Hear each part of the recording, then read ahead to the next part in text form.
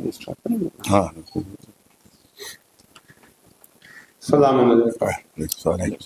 बिस्मिल्लाह। आज की ये प्रेस कॉन्फ्रेंस जो अभी वक्फ बिल के मुतालिक जो बातें चल रही हैं कि जो आज पार्लियामेंट के अंदर आने की बात थी, हमने सबसे पहले कलवे जवाद साहब ने जब ये वक्फ बिल के अमेंडमेंट्स लाए गए थे उसी टाइम पे नेक्स्ट डे इसके मुतालिक मूवमेंट का ऐलान किया था और इसमें क्या क्या कमियां हैं इस बारे में बताया गया था। अभी उसके बाद जेपीसी का गठन किया गया और एक बेवकूफ बनाने का काम किया गया जिसमें बताया गया कि जेपीसी के जरिए सब लोगों से जो है उनके सजेशंस लिए जा रहे हैं और सजेशंस लेकर इसके अंदर जो है करेक्टिव स्टेप्स उठाए जाएंगे। मगर जेपीसी की वर्किंग के बारे में मैं आपको बताना चाहूंगा जो बहुत अहम बात है। जेपीसी में अब जो बिल अमेंडेड बिल पार्लियामेंट में लाया जा रहा है उसके मुतालिक ये कहा गया है कि ये सबके सजेशन सुनने के बाद, सबकी बात सुनने के बाद और फिर ये जो है इसके अंदर अमेंडमेंट्स किए गए। मगर हैरानी की बात ये है कि सारे के सारे सजेशन जो मीडिया रिपोर्ट्स आई है सब आई, उसमें कहा गया है कि सारे अमेंडमेंट्स जो हैं वो मान लिए गए और अपोजिशन की कोई बात नहीं मानी गई। इसके अंदर सबसे बड़ा सबूत कि जेपीसी एक धोखा है ये है कि जब ये ऑब्जेक्शंस आफ्ताब कलवे जवाद साहब की तरफ से राइटिंग में पार्लियामेंट जो एड्रेस दिया गया था, पार्लियामेंट एनेक्सी में जेपीसी का ऑफिस था जहां पर जाकर आपको अपने ऑब्जेक्शंस रिसीव कराने थे। जब ये ऑब्जेक्शंस लेकर वहां जाया गया तो वहां पर उन्होंने इन ऑब्जेक्शंस को रिसीव करने से मना कर दिया। उसके बाद बाकायदा वहां पार्लियामेंट के अंदर पुलिस बुलानी पड़ी कि जब आपने न्यूज़पेपर में ऐड निकाला है कि आप यहाँ आइए अपने ऑब्जेक्शंस दीजिए, ऑब्जेक्शंस लिए जाएंगे, तो फिर आपने ये रिसीविंग आप क्यों नहीं दे रहे। तो वहां पर उन्होंने ये बहाना बताया कि साहब रोजाना के तकरीबन 50,000 ऑब्जेक्शंस लोग वहां पर लेके आ रहे हैं, हमें बाइंड दे रहे हैं, जिस वजह से हमारे लिए मुमकिन नहीं है कि हम 50,000 ऑब्जेक्शंस की एंट्री कर पाए। पहली बात तो ये, जिस ऑफिस में ये लेकर हम गए थे तकरीबन शाम 4 बजे का टाइम था, वहां एक भी आदमी ऑब्जेक्शन लेके खड़ा हुआ नहीं था। तो 50,000 आदमी कौन से वक्त आते थे वहां पर? 50,000 आदमी अगर 8 घंटे में आएंगे तो लाइन कितनी लंबी होनी चाहिए थी रिसीव कराने के लिए। हम टहलते हुए गए, टहलते हुए आ गए, वहां कोई आदमी नहीं रिसीव कराने वाला बाय हैंड। तो 50,000 आदमी कौन थे? और 50,000 आदमी अगर रोजाना आ रहे थे जो उन्होंने ऑफिशियल स्टैंड लिया, जिसकी रिकॉर्डिंग मौजूद है, जिसकी पुलिस जब आई, पुलिस ने एंट्री करी कि इनका स्टैंड लिया, इसलिए रिसीविंग नहीं देंगे, तो ये जो मामला चला महीनों, तो 50,000 रोज के हिसाब से वो डाटा एंट्री कहाँ है, वो कौन से आपने ऑब्जेक्शंस लिए, वो कहां पर वो लिस्ट है। तो ये पूरी तरीके से एक धोखा था और इसके अंदर बेवकूफ बनाने का काम किया गया है। गवर्नमेंट ने प्री प्लान वे में जो पहले से उनकी साजिशें तैयार थी उस तरीके से ये जेपीसी ने काम किया है। सबसे बड़ी बात ये कहते हैं कि हमने सबको बुलाया। पहले दिन आफ्ताब कलवे जवाद साहब ने जब इसके मुतालिक जो इसकी कमियां थी उसको लेकर बाकायदा प्रेस कॉन्फ्रेंस भी की, सबको लेटर्स भी लिखे, सबको बताए। आप हैरान होंगे कि इस जेपीसी के अंदर कलवे जवाद साहब को इन्विटेशन नहीं आया है। एक शिया कम्युनिटी के जो एक सबसे बड़े लीडर हैं उनको जेपीसी के अंदर उनके सजेशन, उनके ऑब्जेक्शन नहीं मांगे गए। तो कहने का मतलब ये, जो उनके पिट्ठू थे, जो उनकी हम ख्याल बात करने वाले थे, उनको सिर्फ प्राइवेट बुलाया गया, खड़ा किया गया, बाहर आकर उन्होंने उनकी सी बात कर दी। मैक्सिमम लोग इस तरीके के बुलाए गए जो उनकी बात कहने वाले थे और जो ऑब्जेक्शन कर रहे थे उन लोगों को, चाहे कलवे जवाद साहब और दीगर उलमा, लाखों लाख उलमा ऐसे इनको नहीं बुलाया गया। मगर आफ्ताब कलवे जवाद साहब तक को नहीं बुलाना इनकी सोच पे, इनकी नियत पे सवाल पैदा करता है। इसके मुतालिक जो अभी वक्फ बिल है उसके मुतालिक एक हम लोग अभी एक मौलाना की तरफ से इशू करेंगे, सम क्विक पॉइंट्स, जिसके अंदर इसके अंदर क्या क्या मेन खामियां हैं, तकरीबन 27 पॉइंट्स की एक लिस्ट भी जारी की जाएगी कि इसमें क्या क्या कमियां हैं। हम लोगों ने जो ऑब्जेक्शंस और जो इसके अंदर भेजे थे राइटिंग में वो भी अभी आपको दी जाएगी। और इसके अंदर सबसे अहम बात जो हुई और आपको देखने की बात यह है कि सवाल यह उठाया गया, नैरेटिव ये पैदा किया गया कि वक्फ के अंदर बड़ी धांधली हो रही है, लूट मची है, गड़बड़ हो रही है, किसी भी जमीन को वक्फ बता देते हैं, तो लिहाजा इसके अंदर हमें अमेंडमेंट्स की जरूरत है। सवाल ये है कि क्या जो वक्फ बोर्ड है उसको गवर्न कौन कर रहा, उसका काम कौन कर रहा था आज की डेट में? वक्फ बोर्ड का एक्स ऑफिशियल सेक्रेटरी होते हैं जो वहां के सीईओ होते हैं। सीईओ जो होते हैं आईएएस से दानिश ऑफिसर होते हैं, जो गवर्नमेंट ऑफिसर होते हैं, जिनका अपॉइंटमेंट या तो वहां की गवर्नमेंट करेगी, जो वहां पर स्टेट गवर्नमेंट होगी वो उसको अपॉइंट करती है। जब अपॉइंटमेंट करते हैं सीईओ का गवर्नमेंट ऑफिसर होते हैं, अगर किसी भी प्रॉपर्टी को वक्फ डिक्लेयर किया जा रहा है या वहां कोई लूट मची तो उसके जिम्मेदार सीईओ हैं। तो आपने अभी तक कितने सीईओ को जेल भेजा? आप ये लिस्ट जारी करिए। अगर आपकी नियत वक्फ बचाने की थी तो और आपके पास रिपोर्ट है कि तमाम वक्फ जायदादों में लूट मची है, तमाम वक्फ बोर्ड में लूट मची है, तो जो सीईओ हैं, जो एक्स ऑफिशियल सेक्रेटरी हैं, वक्फ एक्ट के हिसाब से तमाम ऑर्डर्स करने की पावर सिर्फ सीईओ के पास है। तो अभी तक का डाटा आप ये बताइए कि आपने कितने सीईओ के खिलाफ एफआईआर कराई, कितनों को जेल भेजा, कितनों के खिलाफ कार्रवाई करी? एक भी ऐसी हमारे पास लिस्ट नहीं है कि जिसके अंदर सीईओ के खिलाफ स्टेट गवर्नमेंट्स ने या सेंट्रल गवर्नमेंट ने कार्रवाई करी। कोई जेल नहीं जा रहा है।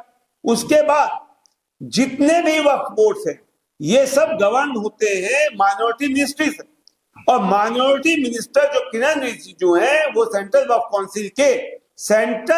काउंसिल के चेयरमैन हैं।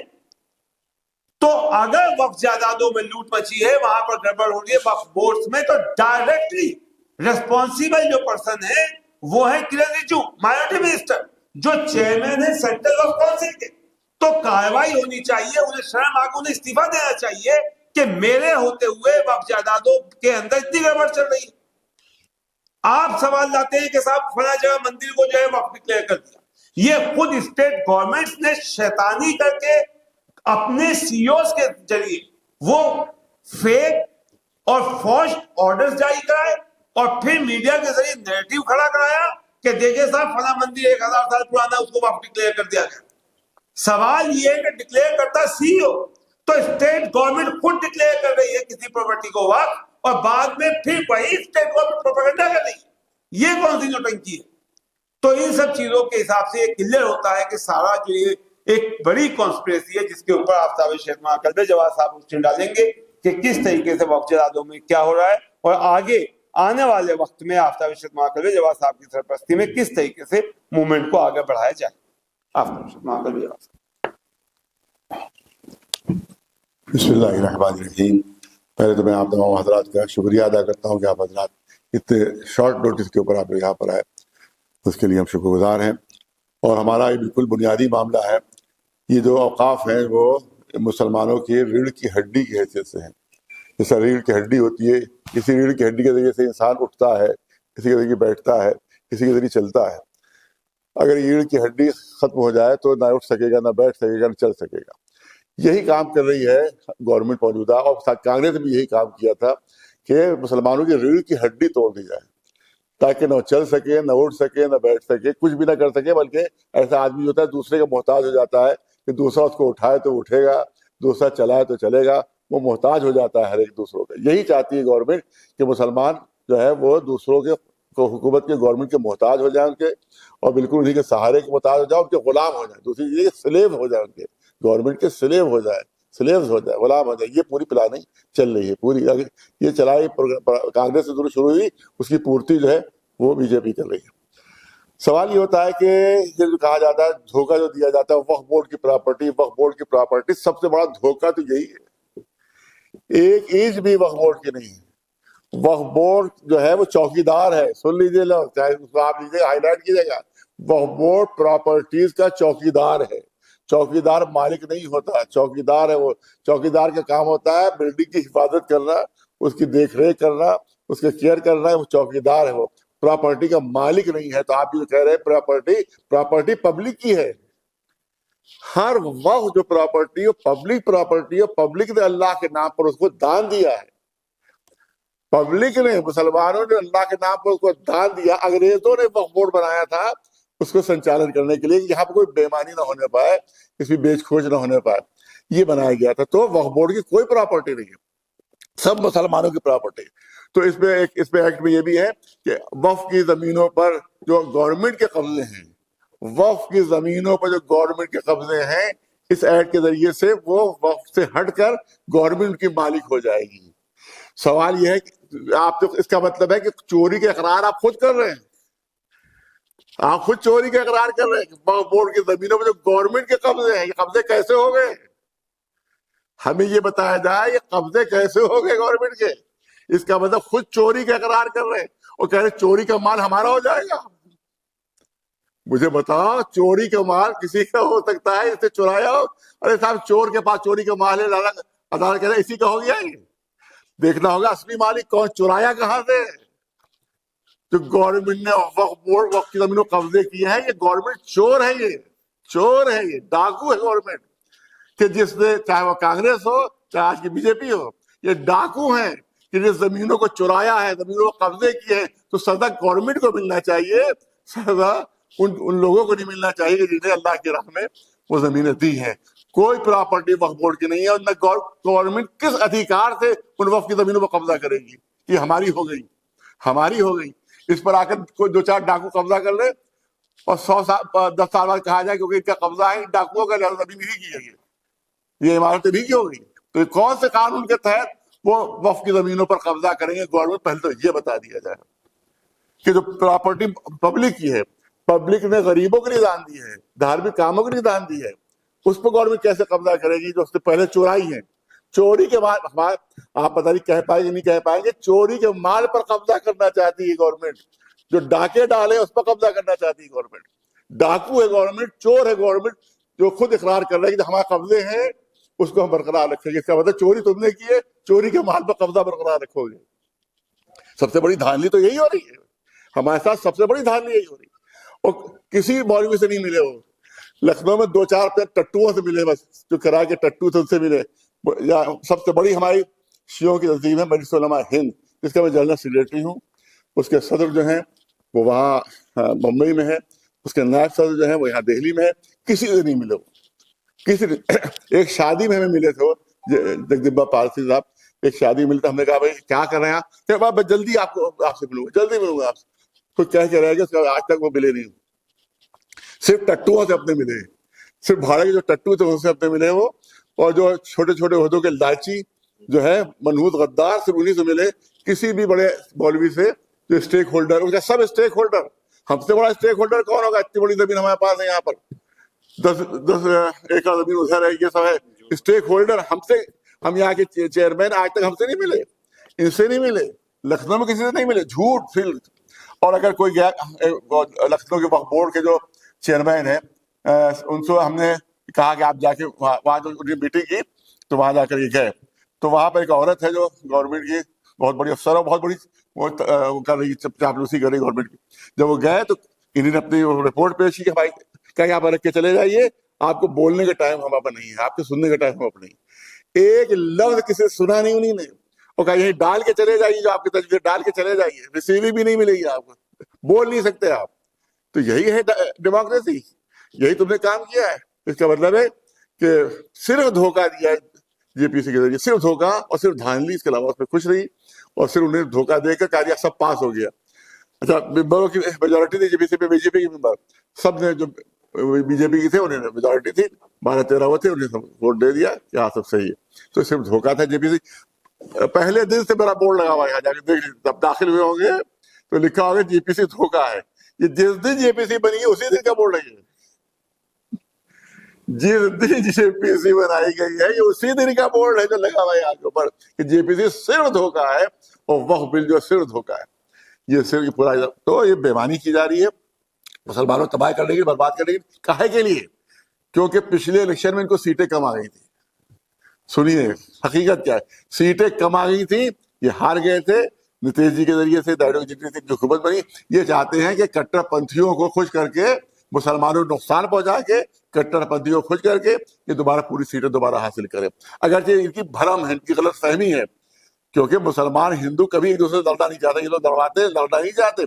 कभी नहीं होगा कि आप मुसलमानों को नुकसान पहुंचाए तो हिंदू को खुश कर देंगे, और हिंदू को नुकसान पहुंचाए तो आप मुसलमानों को खुश कर देंगे। ऐसा कभी हिंदुस्तान का ये मिजाज नहीं है। लिहाजा ये इनको धोखा होगा। और जिस तरह से इन्होंने पिछली मरतबा हारे हैं, आज भी अगर इन्होंने मुसलमानों हिंदुओं में नफरत फैलाने की कोशिश की तो फिर ये इलेक्शन हारेंगे, फिर इलेक्शन हारेंगे। और इनको सिर्फ धोखा, ये खुद धोखा अपने को दे रहे हैं कि मुसलमानों को नुकसान पहुंचा के हम इलेक्शन जीत जाएंगे। नहीं जीत पाएंगे इलेक्शन, क्योंकि मुसलमान और हिंदू आपस में मोहब्बत करते हैं, मेल है, जिसमें ये दरार नहीं डाल सकते। और दूसरी चीज ये है कि आपने उसमें है कि डीएम जो है वो होल्डफुल अथॉरिटी होगा। डीएम हटा के बोर्ड के चेयरमैन की जगह पर डीएम होल्डफुल अथॉरिटी होगा। एक धार्मिक चीज का डीएम होल्डफुल अथॉरिटी कैसे हो सकता है? वक्फ धर्म से ताल्लुक रखते हैं, हमारे औकाफ धर्म से ताल्लुक रखते हैं। आप ये भी बिल लेके आइए कि जुमे की नमाज जो है डीएम पढ़ाया करेगा, और जितनी आपस की मस्जिदें हवाले की सब पार्षद जो है नमाज पढ़ाया करेंगे। अब डीएम नमाज भी पढ़ाएगा, इमाम होगा वो जो मस्जिद का, और पार्षद जो है वो मस्जिदों में नमाज पढ़ाएंगे। है पॉसिबल ये? पर इसी तरह डीएम को आप इंचार्ज बना रहे हैं, इसका मतलब है कि आप जुमे की नमाज डीएम को सुपुर्द कर रहे हैं, क्योंकि ये वक्फ बोर्ड ही है जो इमामों को मुंतखब करता है। यही वक्फ बोर्ड ही है जो जुमे के इमामों को मुंतखब करता है। तो आप कैसे, ये डीएम कैसे करेगा काम? सारी मुझको किसी अगर मंदिर का पुजारी बना दिया जाए मुसलमान को, तो वहां मैं मंदिर को चला पाऊंगा? बिल्कुल ऐसे ही है। तो ये बिल्कुल टोटल धोखा, बिल्कुल टोटल धोखा दिया जा रहा है ये। और धार्मिक चीज है हमारे शिया धर्म में। सुनिए आप उसमें जो AI जो है, AI पर आप चले जाइए और आर्टिफिशियल इंटेलिजेंस उस पर चले, उसमें कहिए कि शिया धर्म में वक्फ बोर्ड कौन संचालित कर सकता है। अभी आप AI पर चले जाइए, इंग्लिश में, हिंदी में, किसी पर AI पर आप चले जाइए, उसमें दाम लीजिएगा उलमा के तहत जो हमारे मर्जा हमें चाहिए, तो कौन संचालित करता है? उसमें सब में लिख कर आएगा कि सिर्फ एक आलिम जो है वही संचालित कर सकता है। शिया वक्फ को सिर्फ आलिम संचालित कर सकता है, जो रिलीजियस स्कॉलर हो वो। अभी आप AI पर जाइए, वो सब हवाले दे देगा। आयतुल्लाह खुमैनी का हवाला, आयतुल्लाह खुई का हवाला, आज किसी आयतुल्लाह सिस्तानी है, आयतुल्लाह खामनेई है, किसी के देखिए सैकड़ों उलमा जो है उनको ये आ जाएगा कि गवर्नमेंट नहीं चला सकती वक्फ बोर्ड, गवर्नमेंट नहीं चला सकती वक्फ बोर्ड, सिर्फ आलिम दीन चला सकता है वक्फ बोर्ड। ये हमारा धर्म है। उस धर्म के अंदर तो तुम घुसपैठ कर रहे हो, हमारे धर्म में घुसपैठ कर रहे हो तुम, उनका कब्जा करने के लिए, उनसे फायदा उठाने के लिए।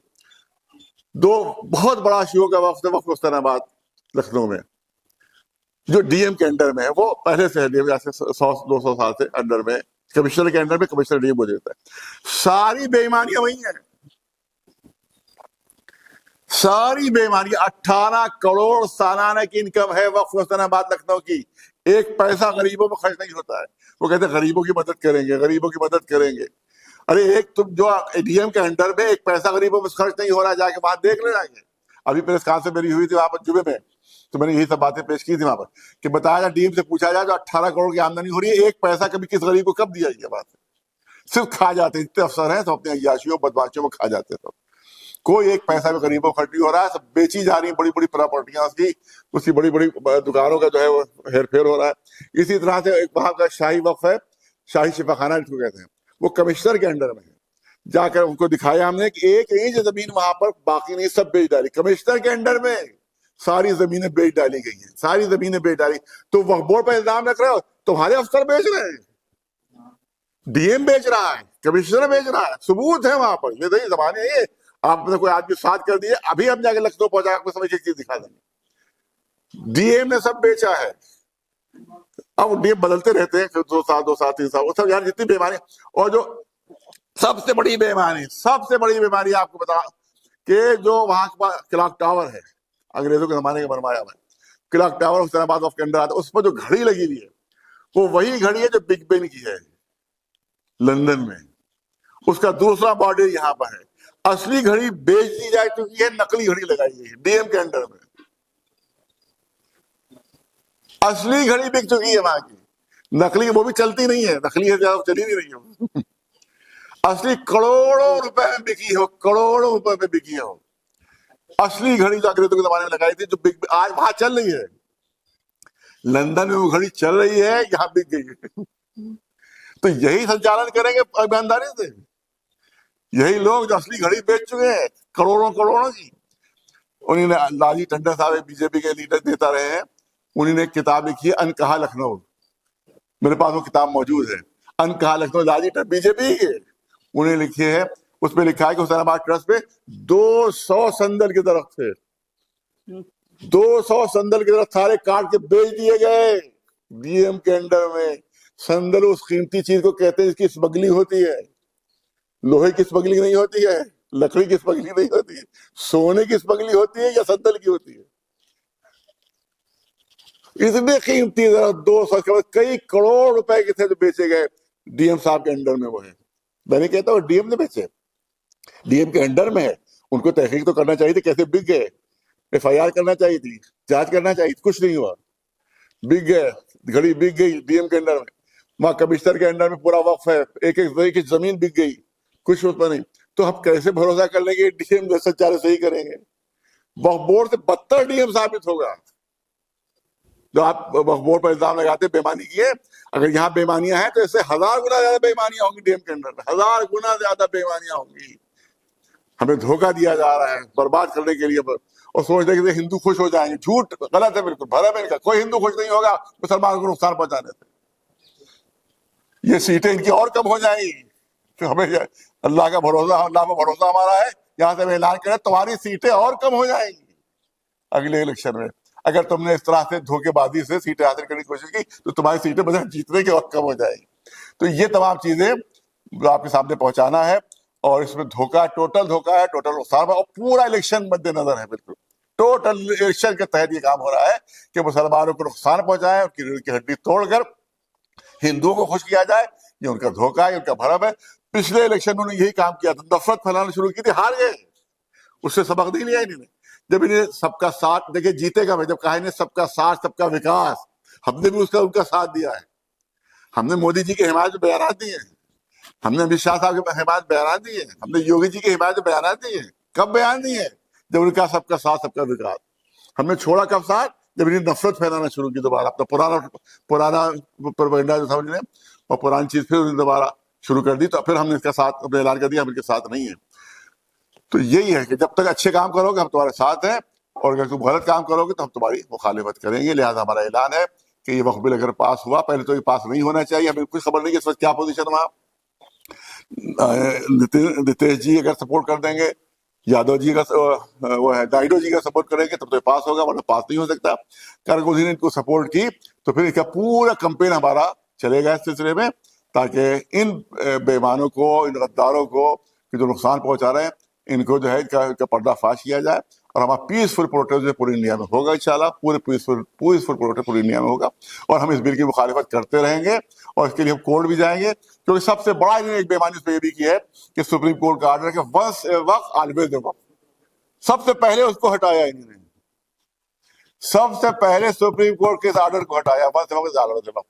तो ये भी हटा रहा है इसको भी हम नहीं मानेंगे। तो इस पर हमारी तहरीक चलेगी। आपके जरिए हम चाहते हैं कि हमारे पैगाम आप पूरे हिंदुस्तान तक पहुंचाएं, गवर्नमेंट तक पहुंचाएं कि तुम सबका साथ सबका विकास वाला नारा अगर रखोगे तो तुम्हारी जीत होगी, हम तुम्हारे सब साथ होंगे। जब तुमने छोड़कर आपस में नफरत फैलाना शुरू की तो तुम्हारा साथ नहीं हो सकता तुम्हारा। मौलाना साहब, ये 13 तारीख को से all India Muslim personal law board का एहतजाज होने वाला है। जी तो उसकी भी हिमायत आप लोग करते हैं? बिल्कुल। हमने लखनऊ में अभी जुमे में हमारा प्रोटेस्ट वहां पर हुआ था, तो हमने वहाँ मीडिया के सामने कहा था, हम उसके पूरे हामी हैं। हम चाहेंगे ज्यादा से ज्यादा लोग उसमें शरीक, अगरचे रमजान का जमाना है, हमारे मुश्किल होता है, लेकिन इंशाल्लाह हम भी कोशिश करेंगे उसमें शरीक होने की। और हमने पूरा ऐलान किया अपने शियों से कि उलमा से भी कि उसका साथ दें, वहां पर उनके सपोर्ट करें, उसमें शरीक हो जाके। और जंतर मंतर आएंगे, बिल्कुल आएंगे। हम तो समझते पूरे हिंदुस्तान से उसमें लोग आएंगे। हमने लखनऊ में भी ऐलान किया कि जिसको जाना हो वो जाए वहाँ पर और जाके शरीक हो वहाँ पर। लखनऊ से भी लोग आएंगे वहाँ पर। हम लोग भी कोशिश करेंगे यहाँ के उलमा जो है, शिया उलमा, उनसे भी हम कहेंगे जाके वहाँ शरीक हो, ताकि हम साथ मिलकर ही प्रोटेस्ट कर सके। क्योंकि सिर्फ सुन्नी का मामला है, शिया का मामला है, पूरे मुसलमानों का मामला है, पूरे हिंदुस्तान का मामला है। लिहाजा हिंदुस्तान के सारे मुसलमान जो है, हमारी अपील है कि इस कैंपेन में इस प्रोटेस्ट में शरीक हो, पीसफुल प्रोटेस्ट हो और बिल्कुल उसके कानून के अंदर प्रोटेस्ट होना चाहिए और जो कॉन्स्टिट्यूशन ने हमें इजाजत दी है जिस प्रोटेस्ट की उस हिसाब से प्रोटेस्ट होना चाहिए। ये इतना पता है कि लोग जो है नहीं करती है गवर्नमेंट जो है और आपके जो है राष्ट्रीय मंच जो बनाकर रखा हुआ है उसको खड़ा किया है हिमायती। देखिए हमने तो इस पर काउंटर कहा कि वहाँ फुला मसा हमने कहा अंग्रेजों का भी बहुत से हम हिंदुस्तानी हामी थे, अंग्रेजों की हिमायत में थे कि नहीं थे? फुला नवाब अंग्रेज का पिट्ठू, फुला नवाब फुला राजा अंग्रेज का पिट्ठू, तो वो भी हिंदुस्तानी थे कि नहीं थे? तो इसका मतलब थोड़ी पूरे हिंदुस्तानी अंग्रेजों के साथ था। चंद गद्दार तो हर कौम में मिल जाएंगे आपको, हर चंद गद्दार, चंद जमीन फरोश और चंद बेईमान तो आपको हर मजहब में हर धर्म में मिल जाएंगे। उसमें आप देखें कि जब जलियांवाला बाग में फायरिंग हुई थी तो क्या जनरल डायर ने खुद फायरिंग की थी?